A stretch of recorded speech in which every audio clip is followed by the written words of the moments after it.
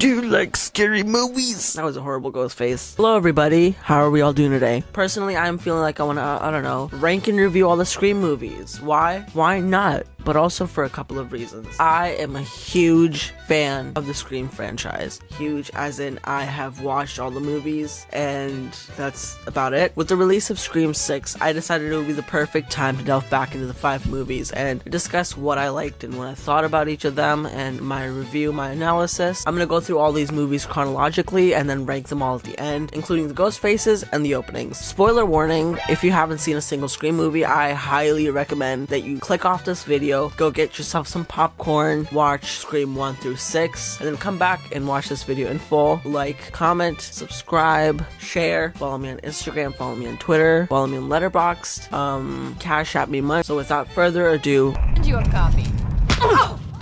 if you've seen it, you know it. The opening is a masterclass of building suspense in an organic way. It's this ticking time bomb from the first phone ring, teaching us the rules of the movie. The decision to have Drew Barrymore play a central role in the marketing, only to kill her off in the first 10 minutes, is genius. It creates such an uneven playing field between the audience and the movie that keeps you on your toes. That extension of suspense and that build-up becomes a staple of the franchise. It's like they're edging you with a jump scare.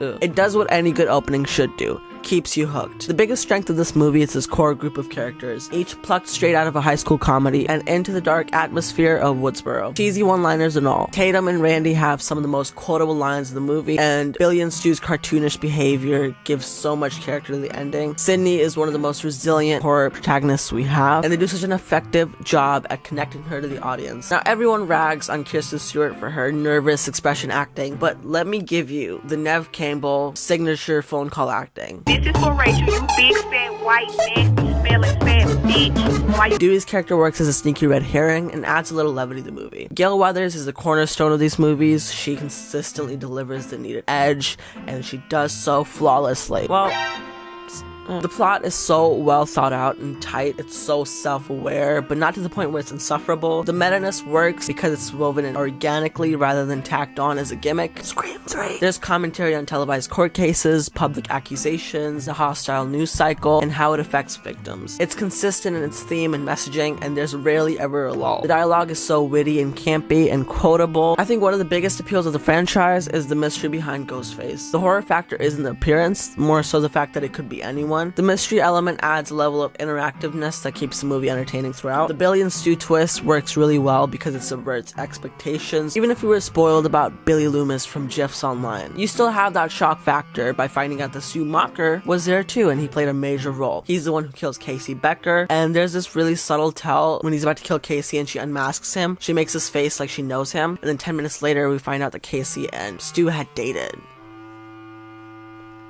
Okay, this is one of my all-time favorites, and I'm sure it's been said before. It's genius, it's amazing, and it's just the pinnacle of great horror. 5 out of 5. They should really think about making a sequel for this movie. Actually, it's so good. Go to City College and then to jail and then back to City College. This movie utilizes the first movie's opening as a backdrop for its own. With introducing the stab movies, it adds a novel aspect that down the line turns into a gimmicky mess. Scream 3. It feels a little drawn out at times without that same organic rising suspense, but when it does reach the suspense, it attacks all at once. I'll never not love seeing that one frame of Jada Pinkett Smith standing in front of a movie projector screaming at the top of her lungs. Like you'd expect, there's a bunch of self-aware dialogue and some jokes about a lack of black leads in Hollywood, which in hindsight feels cheap coming from a franchise where we didn't get a black lead or a lead of color till the 5th entry. We get the return of Sydney, Gail, and Dewey, who struggle to get along but provide some good dramatic material. This is Sydney at her best. She gets a lot more to do and her performance is great. I wish we got more of Sydney's interest in theater, considering it was her major and this movie revolves around college. We don't see any of it till halfway through, which is a shame because that would have been a great vessel to show her expressing her emotions. Gail and Dewey's relationship is always a good measure of how good a Scream movie is. If there's a lot of dramatic walking away and cheesy dialogue, you know you're watching a good one. Gail's arc in this movie is a slow continuation of the first, but it feels a little redundant. Randy tears some film nerds wakes up and then dies. Mickey is a little insufferable, and I feel like that's a little more on Timothy Oliphant's performance than the writing. Debathina Salt, or Nancy Loomis, I'm just gonna call her Debbie Loomis because that's a way better name, doesn't get enough screen time. So her surprise twist doesn't really give the same payoff as you would expect. But with that being said, the pair still work well as Ghostface. Cotton Weary's character is my least favorite. It's so aggressively obvious he's there as a red herring that it makes rewatches exhausting. The pacing of the story goes from drawn out for the first half to super intense in the second. It's like the story is just waiting to get to the payoff without really fleshing out the beginning. If they had maintained the same pacing throughout, we could have gotten a lot more of the characters, which is never a bad thing. Visually, this movie is amazing. The whole dark academia vibe is captured so well, and the suspense is translated almost as well as the original. The killers in this movie are vicious and scary. The car scene where Sydney and her friend try to get out of the car is one of the best moments in the franchise. A lot of the times, it feels like the future entries just try to throw in jump scares without really understanding what makes the original scary. Debbie Loomis's motive is the best you'll get apart from the original's motive-wise. There's a few plot holes, but nothing that Laurie Metcalf's iconic, amazing performance can't cover up. You killed my son. Miguel saw someone knifed in front of him at Sakai. Is that what you want? Mickey is her instrument, and his motive surprisingly works, but I feel like Debbie could have done it all on her own though. To sum it up, despite its flaws, this movie has a lot of charm, and the more I rewatch it, the more I appreciate it. 4 out of 5. Not this.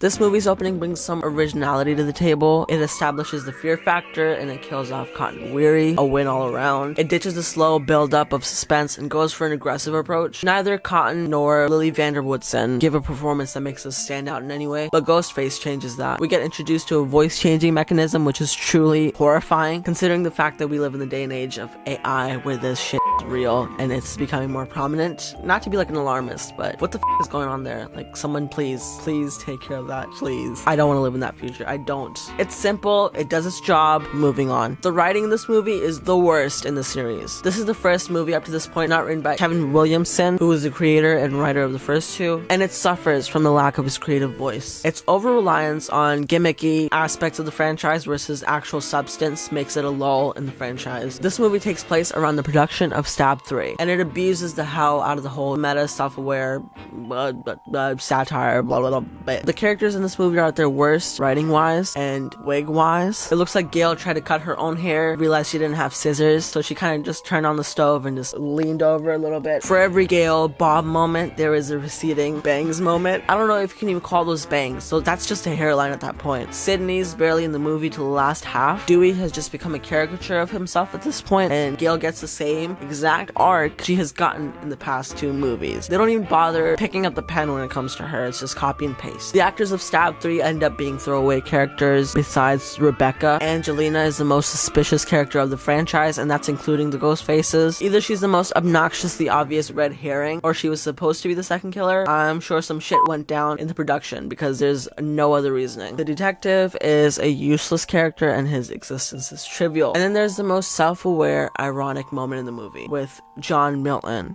an abusive movie producer who is in a movie produced by Harvey Weinstein. And last but not least, Roman Bridgers, the Ghostface. Currently the only solo killer in the franchise, so props to him. He's the most conflicting Ghostface. He isn't properly set up, so the reveal doesn't work that well. The concept of half-sibling killer is cool and interesting, but the way they develop it is icky. This movie rewrites the original by revealing Roman as the puppet master behind the murder of Maureen Prescott. It feels like they wanted a big, huge twist for the finale of this trilogy and went for a momentary shock value over a well-developed idea. It works within the movie, but when you put it in perspective in the franchise, it's not. No. With that being said, Roman is one of the scariest Ghostfaces thanks to the voice changing mechanism. Maybe that's just my personal thing. It adds a fresh level of creativity in an almost stale format of regular kills. There's this line in the movie where Sydney goes, "Stab 3, right?" Right before she stabs the killer for the 3rd time. Stab 3, right? Why bother even picking up a pen after that? Beyond my nitpicks and attempts to take this movie more seriously than it takes itself, God, I sound like a parent. This is still a solid horror movie, so I'll give it a 2.5 out of 5. Didn't I see her? If 2 + 2 is 4, right? This movie's opening is peak Scream meta, gimmicky, self-aware. Goodness. It's so good. It's stabception. Kristen Bell Killer isn't a want, it's a need. I need the stab movies to be made into actual real life movies. They can be short, they can be like, what, 10 minutes long each? But I need that. I need the compilation. I need it. It starts with call-outs of the current horror trend, the god-awful torture porn era that put me off horror as a genre. You saw. Then it's the same routine as Casey Becker, Answer the Call, Die, inside the most fun opening scene in a movie, inside of another Casey Becker routine. You can say it's lazy, but I see it as this movie calling out the Scream franchise and the whole meta aspect. It's like meta, but meta. Like, you wouldn't get it. It's like meta. Say meta one more time. This movie has the most unique visual presentation with this soft, dewy, glowy look that I honestly really love. The plot of this movie is the standard fare. It's a fresher take on the series. Sometimes works, sometimes doesn't. I think where Scream 4 goes wrong is in its characters. It tries to establish a new cast of characters and let the reins off the original cast, but it fails to do so. The new characters aren't strong enough to carry the movie, so it ends up relying on the originals for most of the movie. Kirby is the most likable character introduced since the original, and Jill is one of the best ghost faces in the series, but aside from both of them, everyone else is forgettable. I mean, I forgot there were 2 killers in this movie until I rewatched it. Sydney is still the anchor of the story, because even in her 30s, she's still dealing with her ops, she's dealing with her haters. Her role is mainly passive, but it's nice to see a more settled and mature version of her. Gail and Dewey are having suburban issues, and it's goofy and it's fun to watch. I'm surprised Gail didn't murder that deputy though, because if she did, I can look. Speaking of killers, Jill is the best ghost face since the originals. One of the most violent. Everything from the energy Emma Roberts brings to the role to the motive, I just think it's such a well-developed character. And the only thing holding it back is the addition of Charlie. It follows the format of Scream 2 where there's 2 killers, but the main one kills off the other one. Charlie as a character is just so uninteresting and forgettable that it doesn't make the reveal impactful. Ignoring him, everything from Jill throwing herself around the house to orchestrate a solo crime scene. And then I was just like so sick, and my hair actually stopped growing, and I went to the doctor, and the doctor was like, you actually are malnourished. To her almost killing the OGs in the hospital. Icon. It's fun, it's campy. What more could you want? 3 out of 5. Don't fuck with the original. This is Scream 4 the way God intended. The opening is a rehash of the original, and it doesn't really bring much to the table beyond more suspense. The only thing that makes it stand out from the other ones is 2 words: Jenna Ortega. She is the current reigning Scream Queen. The way she manages to have that much of an impact in the first 10 minutes is amazing. The slow build to suspense is back, and we got A24 Film Bro callouts. About It Follows, ask me about Hereditary, ask me about The Witch. What more could you want? It also marks the first opening where the victim survives, so I don't know, that counts for something, I guess. This movie takes what Scream 4 tried to do and does it effectively. It gives us new distinctive characters who have the power to carry the movie. It doesn't overly rely on the original, as it slowly lets its reins off of Sydney, Gail, and oh my god, they killed Dewey! What the f is going on here on this day? Dewey's death was abrupt and felt like fodder for the new Ghostface to seem scarier and ballsy. It gives us such an inconclusive ending to the Dewey and Gail saga. If anything, they could have had Dewey play more of a role in the movie if they wanted that, like, impactful moment. I mean, it's still emotional, it's seeing one of the original characters die, but it doesn't work well within the movie. If you don't have that connection to the character, you don't really go, oh no,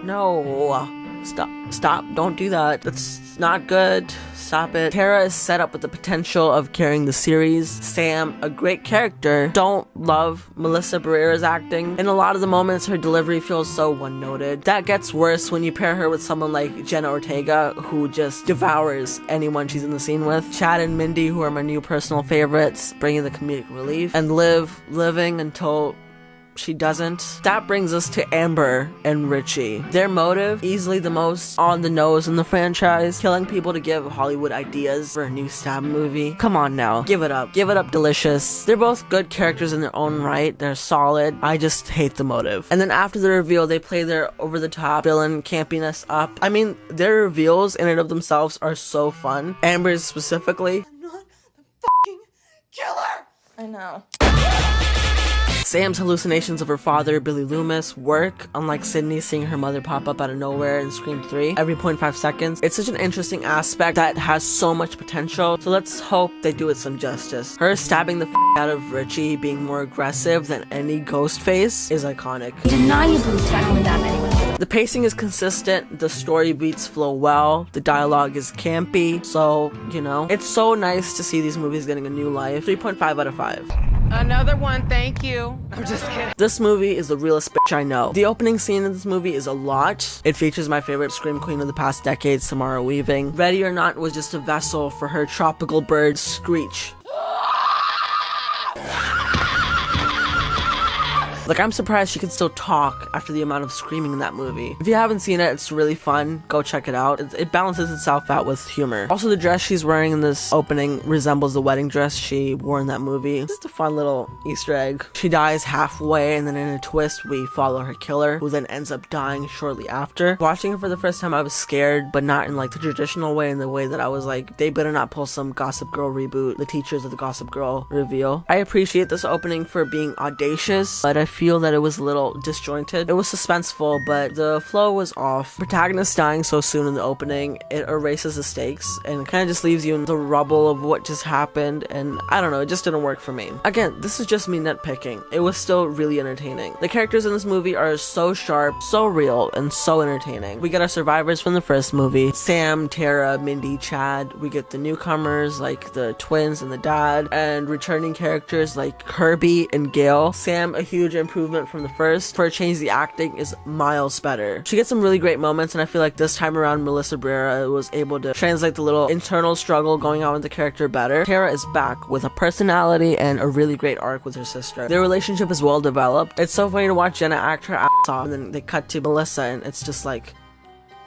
and I'm not trying to hate on Melissa. I'm sure she's a great actor. I just haven't seen her other work. I'm just judging based off of what I've seen. Chad and Mindy are back, and they're so fun to watch. We finally get the return of Kirby, and her character is alright. It didn't need to be anything grand, but it just felt a little small. It felt more like, hi fan, are you fan? Here fan, pay me money. And it's like, thanks, but like, I don't know. Icon Gale Weathers is back, and I'm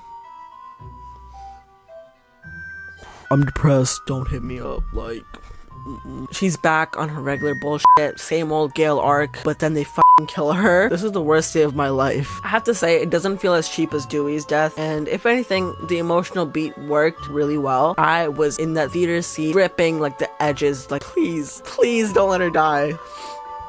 It affected me. Now you may be wondering, they brought Gale back. Where's star of the franchise, Sydney Prescott? Well, for those of you who don't know, there was some behind the scenes drama with Neve Campbell, the actress, and the studio with Pei, which is unfortunate because she's been the biggest seller of the movies. Yeah, people come for the mystery, but Sydney is one of the strongest protagonists a long-running horror franchise has seen. Story-wise, I think it makes good sense for her to not show up. We finally have a new core of characters who are strong and can lead this franchise to however long the public tolerates it. I don't want a definitive end to it. Like, I want to be 50 watching Scream 30 Part 2, where they bring Gale Weathers back, but it's just like a hologram, and it turns out that she was responsible for the death of Maureen Prescott, but then to disguise herself, she had to turn from a hologram into a human being. And then last but not least, the newest addition to the Ghostface Hall of Fame, Bailey, Quinn, and Ethan. This movie has the most ghost faces in a Scream movie by far. We technically have 2 in the opening, and then the triplets. It's confusing who to consider a ghost face. Are they triplets? Are they twins and there's a mastermind? I'm just gonna consider them triplet killers. I feel like since it's 3 killers, it was completely out of what anyone suspected. At least I didn't suspect it. So I feel like this movie does the best job at maintaining the suspense and diverting expectations with that. They play so much with the audience's expectations, playing with the no body, no death rule. In general, playing with our trust, and just good cutaways that keep it so suspenseful. Quinn and Ethan, both so obviously suspicious, but physically proven wrong. And then Detective Bailey, again, really suspicious, but seems like such an obvious red herring that you think they won't do it, but they do. It plays so well with perception that the reveals seem so jarring. This entire movie feels like a parallel to Scream 2, but specifically the final act, where the characters are stuck in a theater and the killers are here for revenge for their dead family member. The pacing is so smooth, and the presentation is so great. This is the darkest Scream movie with so much blood and gore. It feels so visceral and real. The location of New York gives it so much free reign, and I'm glad they utilize it creatively. I'm sure I'm gonna find more to nitpick at when I rewatch it, so for now, I'm just gonna keep it at a solid 4 out of 5, but I really love the experience of watching it. Okay, now on to the rankings. And last but not least, I would have to say is the opening for Scream 5. We're not bringing much originality compared to the others. Jenna Ortega delivered, and that's all that matters. In 5th place is Scream 3. I appreciate it for being the first to break the mold, but I also feel like there wasn't enough pizzazz to make it I don't know, memorable. In 4th place, we have Scream 4. So gimmicky and fun, I just wish it could maintain the same level of stupidity throughout. Again, Kristen Bell killer. In 3rd place, we have Scream 6. It brought the suspense, but was missing that Our runner-up is Scream 2. A classic, the suspense is well built, and even with my little issues with it, it's still a great opening. And then obviously in 1st place is The Blueprint, Scream 1, Casey Becker, Drew Barrymore, icon, realness. Like, these are real stories that affect people in real ways. Dead last, we have the one, the only, director, brother, Roman Bridgers. Roman Bridger, director. And brother. The story fails to set him up properly, and the fact that he's set up to be the mastermind behind Scream 1 is just not great. I'll give him a little gold star for some of the funniest one-liners though. Variety called me a pariah. I don't even know what a pariah is. In 5th place, we have none other than Debbie Loomis and Mickey. If it wasn't for the theatrics of Debbie, this would have been a lot lower, specifically 1 spot lower. This was just a vessel for Laurie Metcalf to just showcase her talent, and she did so flawlessly. Then in 4th place, we have none other than Miss Amber and Mr. Ritchie. They nailed the campy, over-the-top villainy, but the motive just got on my nerves. Then in 3rd place, we have our newest additions for the first time in history, our triple winners, the Kirsch family. A job well done in the fear factor, in the suspense department, and breaking the mold. A good job all around. Our runner-up is Jill and Charlie. And if it wasn't for Charlie, this would have been number 1. Jill was maniacal and evil and so fun to watch. For all the ghost faces in the back, this is the standard. And then, in our number 1 spot, there's none other than the classic duo, Billy and Stu. The ones who started it, second apparently. Thank you, Scream 3. The charisma, the uniqueness, the nerve, the sociopathy. The most well-developed in the franchise, and just so fun to rewatch and experience. I have 6 movies in front of me, but just 1 crown. Our lovely 5th alternate, Scream 3, an okay movie that wormed itself into the legacy of the first. 5th place, we have Scream 4. Solely because of how lackluster most of the characters are, it fails in its purpose, but it's still entertaining to watch. In 4th place, we have Scream 5. It gave the franchise that fresh breath of air, and I will forever love it for that. In 3rd place, we have Scream 2. I love the grim tone and the dark academia aesthetic. Just a great horror movie all around. And now, in a shocking turn of events, our runner-up is the newest edition, Scream 6, or Screevy, whatever you choose to call it. So entertaining and vibrant and scary. I'm so glad that it's real and it's here, and that I get to rewatch it every Halloween. And then, our crowned winner, in a shocking turn of events, of course, it's the original. The Blueprint, the greatest horror movie there ever is. Don't f with the original. Don't f with the original. Don't f with the original.